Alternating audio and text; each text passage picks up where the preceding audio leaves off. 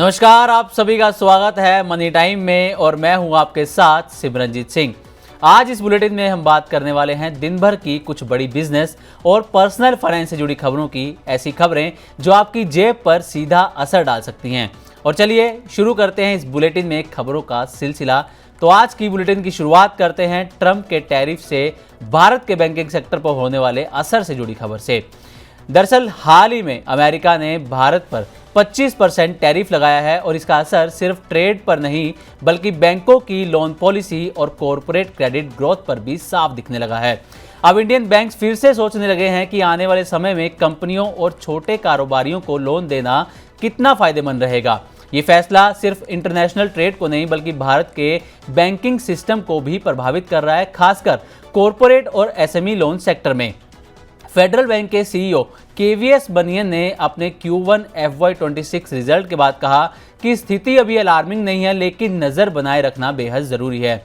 उन्होंने ये भी कहा कि इस साल कंपनियों से क्रेडिट डिमांड कमजोर रहने की उम्मीद है। आरबीआई के आंकड़े बताते हैं कि 2024 के सेकंड हाफ में कॉरपोरेट और एसएमई लोन की ग्रोथ जहां 12 से 15% ईयर ऑन ईयर थी, वहीं अब वो घटकर सिर्फ 6 से 9% ईयर ऑन ईयर पर आ गई है। अब सवाल ये उठता है कि कंपनियां बैंक से लोन क्यों नहीं ले रही हैं। इसका जवाब है सस्ता फंडिंग ऑप्शन। दरअसल आरबीआई ने फरवरी 2025 से अब तक रेपो रेट में 100 बेसिस पॉइंट की कटौती की है। इससे कॉर्पोरेट बॉन्ड और कमर्शियल पेपर पर ब्याज दरें 50 से 60 बेसिस पॉइंट तक घट गई हैं। मतलब ये है कि कंपनियों को अब बैंक लोन के मुकाबले बॉन्ड मार्केट से पैसा जुटाना ज़्यादा सस्ता पड़ रहा है। इस मुद्दे पर बैंक ऑफ बड़ौदा के सीईओ देवदत्त चंद ने भी कहा कि कॉरपोरेट अब बॉन्ड मार्केट और ईसीबी का इस्तेमाल कर रहे हैं क्योंकि ये बैंकों की तुलना में सस्ता पड़ता है। अब बढ़ते हैं अगली खबर की तरफ जो पोस्ट ऑफिस से जुड़ी है। दरअसल अब इंडिया पोस्ट यानी कि डाक विभाग इसी महीने अगस्त से देश भर में डिजिटल भुगतान लागू करेगा। यानी अब आप पोस्ट ऑफिस में यूपीआई, क्यूआर कोड और ऑनलाइन ट्रांजैक्शन के जरिए पेमेंट्स आसानी से कर सकते हैं। अभी तक डिजिटल पेमेंट की सुविधा पोस्ट ऑफिस से नहीं जुड़ पाई थी, लेकिन अब इस सिस्टम को पूरी तरह से बदला जा रहा है और अब पोस्ट ऑफिस में भी डिजिटल पेमेंट्स एक्सेप्ट की जाएंगी, जिससे पोस्ट ऑफिस के जरिए भी लेन देन करना अब आसान हो जाएगा। IT 2.0 प्रोजेक्ट के तहत एक नया डिजिटल सिस्टम बनाया गया है जो QR code based digital payment को सपोर्ट करता है। इस नए सिस्टम में एक ऐसी एप्लीकेशन होगी जो क्यूआर कोड स्कैन के जरिए लेन देन को भी आसान बनाएगी। इससे पोस्ट ऑफिस की सर्विस लेते समय अब ग्राहक यूपीआई स्कैन करके भुगतान कर सकेंगे। कैश लेन देन का झंझट खत्म हो जाएगा, साथ ही पेमेंट तुरंत कंफर्म होगा और पेमेंट की रसीद भी मिलेगी। ग्रामीण और शहरी क्षेत्रों में डिजिटलाइजेशन को बढ़ावा मिलेगा और साथ ही पोस्ट ऑफिस में मिलने वाली सर्विसेज और भी ज़्यादा तेज और भरोसेमंद बनेंगी। सोमवार यानी आज 4 अगस्त से भारतीय रिजर्व बैंक की मॉनेटरी पॉलिसी कमेटी की मीटिंग शुरू हो गई है जो 6 अगस्त तक चलने वाली है।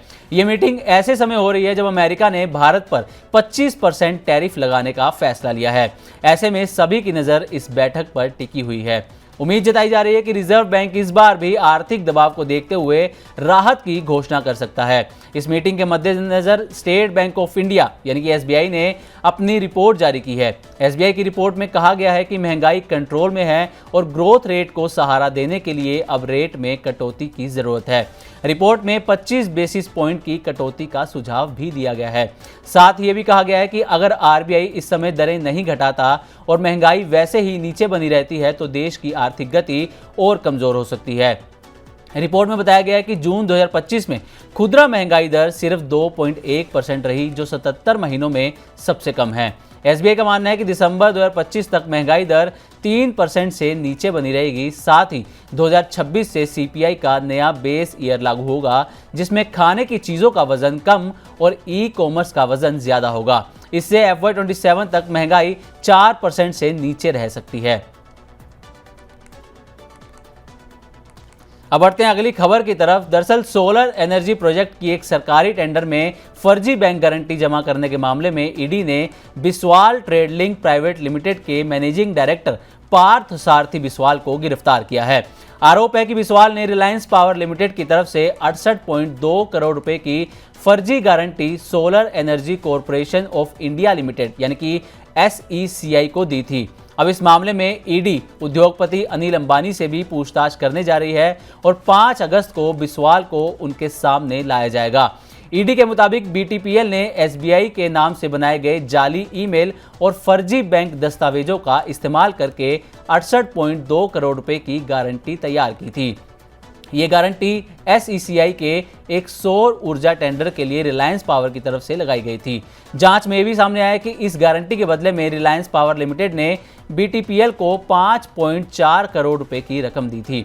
ईडी ने अपने स्टेटमेंट में कहा कि बैंक गारंटी की जांच में सामने आया कि जिन बैंकों के नाम से गारंटी जमा की गई वो पूरी तरह से फर्जी थे। SBI की जाली ईमेल आईडी और नकली कंफर्मेशन लेटर का इस्तेमाल किया गया है। ईडी इस केस को रिलायंस ADAG ग्रुप की कंपनियों को येस बैंक से 2017 से 2019 के बीच दिए गए करीब 3000 करोड़ रुपए के लोन घोटाले से भी जोड़कर देख रही है। एजेंसी ये भी जांच कर रही है कि कहीं इन लोन के बदले किसी तरह की रिश्वत या गलत तरीके से लाभ तो नहीं लिया गया। येस बैंक के कुछ पूर्व अधिकारियों की भूमिका की भी जांच की जा रही है। अगर आप भी इस फेस्टिव सीजन में नई कार लेने की प्लानिंग कर रहे हैं तो आपको बता दें कि मारुति सुजुकी 3 सितंबर को अपनी नई मिड साइज SUV लॉन्च करने जा रही है। कंपनी ने इंटरनली इस कार को फिलहाल Y17 कोड नेम दिया है। हालांकि इस गाड़ी को लेकर मीडिया और सोशल मीडिया पर इसे एस्क्यूडो कहा जा रहा है, लेकिन रिपोर्ट्स के अनुसार लॉन्च के वक्त इसका नाम बिल्कुल अलग भी हो सकता है। मीडिया रिपोर्ट्स के मुताबिक ये SUV मारुति की पहली ऐसी पैसेंजर व्हीकल होगी जिसमें अंडरबॉडी CNG टैंक दिया जाएगा। अभी तक कंपनी की सभी CNG कारों में CNG सिलेंडर बूट यानी कि जो गाड़ी की डिक्की होती है उसमें लगाया जा रहा था। मनी कंट्रोल ने अपनी एक रिपोर्ट में सूत्रों के हवाले से लिखा है कि नई SUV में अंडरबॉडी CNG टैंक लगाया गया है ताकि बूट स्पेस में ज़्यादा से ज़्यादा जगह हो सके, बूट स्पेस ज़्यादा हो सके। काफ़ी ग्राहक इस बात की शिकायत करते रहे हैं कि CNG सिलेंडर की वजह से बूट स्पेस कम हो जाता है। मारुति की SCNG तकनीक पहले से ही बाजार में काफ़ी पॉपुलर है। ये कंपनी की फैक्ट्री फिटेड CNG तकनीक है जिसमें CNG किट प्रोडक्शन लाइन पर ही इंस्टॉल की जाती है। इस वजह से इंजन, गियरबॉक्स, सस्पेंशन और ब्रेक सभी CNG के हिसाब से पहले से ही ट्यून किए जाते हैं। वहीं दूसरे सोर्स के हवाले से रिपोर्ट में कहा गया है कि नई अंडरबॉडी CNG टेक्नोलॉजी मारुति के लिए अब तक का सबसे बड़ा अपडेट है। आगे आने वाले सभी CNG मॉडल्स में भी इसी तरह की अंडरबॉडी इंस्टॉलेशन टेक्नोलॉजी दी जाएगी। तो अगर आपकी भी गाड़ी लेने की प्लानिंग है तो ये आने वाली नई SUV आपके लिए अच्छा ऑप्शन साबित हो सकती है। अब जाते जाते बात करते हैं भारतीय शेयर बाजार की आज यानी कि 4 अगस्त की स्थिति की। भारतीय बेंचमार्क इंडेक्स, सेंसेक्स और निफ्टी में सोमवार 4 अगस्त को तेजी दर्ज की गई, जिससे गिरावट का सिलसिला थमता हुआ नजर आया। सेंसेक्स 418 अंक चढ़कर 81,018 पर और निफ्टी 157 अंक बढ़कर 24,722 पर बंद होता हुआ नजर आया। इस दौरान लगभग 2047 शेयरों में तेजी, 1607 शेयरों में गिरावट और 154 शेयरों में कोई बदलाव नहीं हुआ। निफ्टी में सबसे ज्यादा बढ़त hero MotoCorp, Tata steel, Bharat electronics, Adani ports, JSW steel के शेयरों में रही, जबकि नुकसान power grid Corp, HDFC bank, ONGC, ICICI bank और अपोलो हॉस्पिटल के शेयरों में दर्ज की गई।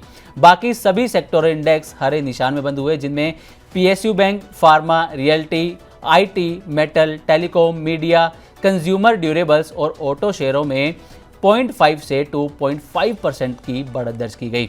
BSE मिड कैप इंडेक्स में 1% और स्मॉल कैप इंडेक्स में 0.7% की ग्रोथ देखने को मिली। तो ये थी मनी टाइम में आज की कुछ बिजनेस और पर्सनल फाइनेंस से जुड़ी खबरें। आज के लिए बस इतना ही। उम्मीद करते हैं आपको आज का मनी टाइम पसंद आया होगा।